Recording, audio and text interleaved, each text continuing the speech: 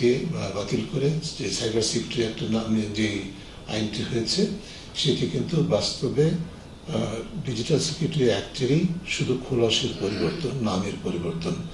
বাস্তবে মূল উপাদানগুলো আগের মতোই রয়ে গেছে। কিছু কিছু ক্ষেত্রে সামান্য শাস্তির হয়েছে, কমানো বাড়ানো হয়েছে, কিন্তু বাস্তবে আইনটি যে নিবর্তনমূলক ছিল মূল ডিজিটাল সিকিউরিটি অ্যাক্ট, আমরা মনে করি যে সাইবার সিকিউরিটি অ্যাক্ট একই পর্যায়ে রয়েছে। তা সত্ত্বেও এবং সেটা নিয়ে আমরা গবেষণা করে সুনির্দিষ্টভাবে অ্যাডভোকেসি বা অধিক পরামর্শ কার্যক্রম করেছি এবং করে যাচ্ছি। কিন্তু ইতিমধ্যে আপনারা শুনেছেন যে খসড়া বিধিমালাটি প্রণীত হয়েছে, সেটি এখনো সরকার প্রকাশ করেনি।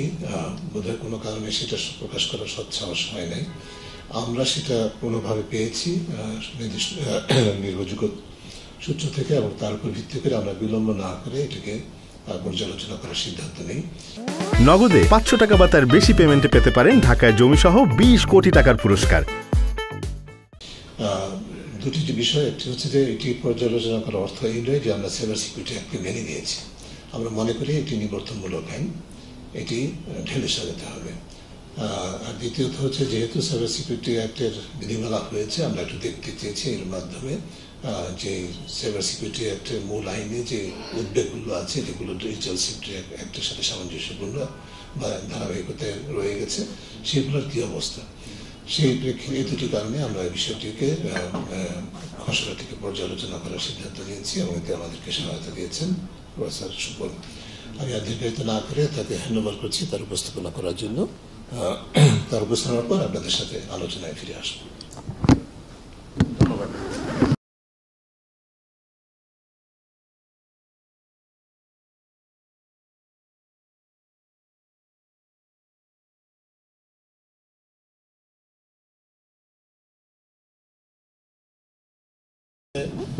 But at the same time দক্ষতার সাথে সুচারুভাবে এবং আমাদের জন্য সকলের জন্য খুবই সহজবুদ্ধভাবে বিষয়গুলোকে তুলে ধরেছেন, তাকে ধন্যবাদ জানাচ্ছি। আপনাদের প্রশ্ন উত্তরে যাবো।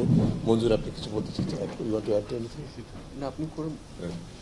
না, আমি দু একটা বিষয় যেটা শুরুতে বলেছি এবং প্রফেসর সুপনের উপস্থাপনা ছিল আমাদের দিক থেকে দুটি সংস্থার পক্ষ থেকেই, যে বিষয়গুলো দু একটা বিষয়ের উপরে বিশেষ গুরুত্ব দিব আবার বিস্তারিত বিষয়ে না গিয়ে। সেটি হচ্ছে যে যদিও আমরা প্রথমে যেটা বলেছি, যদিও কিছু কিছু ক্ষেত্রে সাইবার সিকিউরিটি অ্যাক্ট 2023-এ ডিজিটাল সিকিউরিটি অ্যাক্টের তুলনায় পরিবর্তন এসেছে কিছু কিছু ক্ষেত্রে, কিন্তু সেগুলো কোনো সাবস্টেন্টিভ পরিবর্তন না। মূলত সাইবার সিকিউরিটি অ্যাক্ট আগে যে ডিজিটাল সিকিউরিটি অ্যাক্ট ছিল সেটারই নামান্তর মাত্র, এবং সেটার মধ্যে আগের ডিজিটাল সিকিউরিটি অ্যাক্টের যে নিবর্তনমূলক ধারাগুলো সেগুলো যেমন রয়েছে একইভাবে সেই কারণে যে মানুষের অধিকার, এই দেশের মানুষের অধিকার লঙ্ঘন, বিশেষ করে বাক স্বাধীনতা, মত প্রকাশের স্বাধীনতা, তথ্য প্রকাশের স্বাধীনতা, সাংবাদিকতার স্বাধীনতা, পেশাগত স্বাধীনতা, বিশেষ করে ইনফরমেশন টেকনোলজি ব্যবহার করে ব্যবহার করে মত প্রকাশে, তথ্য প্রকাশে যে অবারিত সুযোগ সৃষ্টি হয়েছে সেটাকে আসলে নিয়ন্ত্রণ করার একটা ব্যাপক হাতিয়ার এখানে আমরা দেখতে পেয়েছি। আগেও এবারের পর্যালোচনা সেটা দেখা গেল। আমরা সেটা সেই কারণে মনে করি যে এই যে পর্যালোচনা আমরা করলাম সেই পর্যালোচনাটাকে আমরা এই সত্যি বা এই বিষয়টাকে মূলত তুলে ধরার জন্য করেছি যে মূল আইনটার যে দুর্বলতাগুলো সেগুলো কিন্তু এই খসড়ায় বিধিমালাতেও প্রতিফলিত হয়েছে, এবং এর শুধু তাই নয়, এর ফলে আরো সমস্যা, আরো জটিলতার সমস্যা সৃষ্টি হওয়ার ঝুঁকি আমরা দেখতে পাচ্ছি। সেই কারণে আমরা মনে করি যে এই প্রস্তাবিত বিধিমালাটি অনুমোদনের আগে, প্রক্রিয়া পরবর্তী পর্যায়ে যাওয়ার আগে যেটা করা উচিত, পূর্ব শর্ত হিসেবে সাইবার সিকিউরিটি অ্যাক্ট, সাইবার নিরাপত্তা আইনটিকে ঢেলে সাজানো দরকার, এবং সেই ক্ষেত্রে সংশ্লিষ্ট জগতের বিশেষজ্ঞদেরকে সম্পৃক্ত করে, নাগরিক সমাজকে সম্পৃক্ত করে, সাংবাদিক সমাজকে সম্পৃক্ত করে অগ্রসর হওয়া অপরিহার্য বলে মনে করি। কিভাবে এই বিধিমালাটির চূড়ান্তকরণের আগে আমরা যেটা দেখেছি যে আসলে সংশ্লিষ্ট খাতে বিশেষজ্ঞদের মতামত নেওয়া হয়েছে এরকম বলার মতো প্রতিফলন আমরা দেখতে পাচ্ছি না, অন্তত যেভাবে এই খসড়াটি আছে।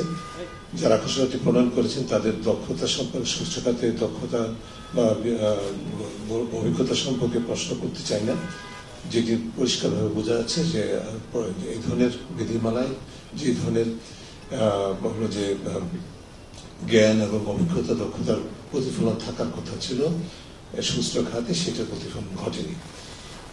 আর তৃতীয় বিষয় যে বিষয়টির উপর গুরুত্ব দিতে চাই সেটা হচ্ছে যে সাইবার সিকিউরিটি কর্তৃপক্ষ গঠন করা প্রস্তাব করা হয়েছে, সেটাকে একদিক থেকে অত্যন্ত বেশি ক্ষমতা দেওয়া হয়েছে, অন্যদিক থেকে প্রাতিষ্ঠানিক কাঠামো পর্যাপ্তভাবে পরিষ্কার না করার কারণে এর মধ্যে বিশাল প্রতিষ্ঠানটি অকার্যকর একদিকে হওয়ার ঝুঁকি আছে, অন্যদিক থেকে এটা ক্ষমতার অপব্যবহারের ব্যাপক ঝুঁকি সৃষ্টি হবে বলে আমরা মনে করছি।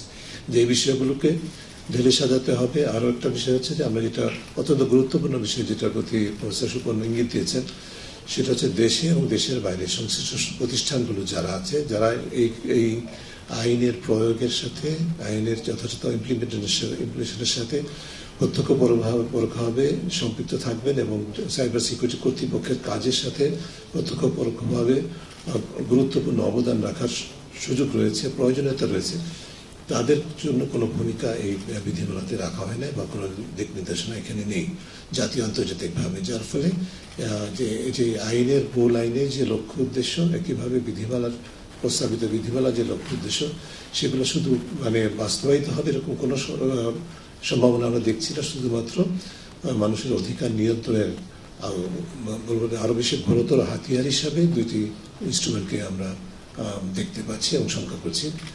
সেই জন্য আমরা মনে করছি, আমরা রিপিট করছি যে এই সংশ্লিষ্ট অংশীদারকে সম্পৃক্ত করে সাইবার সিকিউরিটি অ্যাক্টকে ঢেলে সাজাতে হবে, একই সাথে তার উপর ভিত্তি করে নতুন করে বিধিমালা, সাইবার সিকিউরিটি অ্যাক্টের জন্য বিধিমালা প্রণয়ন করতে হবে। আইনটা সহ আইনটাকে আগে ঢেলে সাজাতে হবে, মূল আইনটা, এবং সেটা তারপর বিধিমালার প্রশ্ন এবং সেই বিধিমালাটি প্রণয়নের ক্ষেত্রে একইভাবে ঢেলে সাজানোর প্রয়োজনীয়তা আমরা বলতে পারছি। আমি এই পর্যায়ে শেষ করবো এই কথা বলে যে আমরা আজকের এই যে উপস্থাপনাটি, সেটা তো আপনাদের সামনে উপস্থাপনা, মূল প্রতিবেদনটি বা বিশ্লেষণমূলক প্রতিবেদনটি যেটি প্রশাসন করেছেন সেটি আমাদের ওয়েবসাইটে প্রকাশিত হবে আজকেই, এবং অ্যাট দ্য সেম টাইম আমরা সংশ্লিষ্ট কর্তৃপক্ষের কাছে প্রেরণ করবো। আমরা প্রত্যাশা করবো, আমরা অধিক পরামর্শ অব্যাহত রাখবো যাতে করে এই বিষয়গুলোকে বিবেচনায় না নিয়ে অগ্রসর হওয়া না হয়।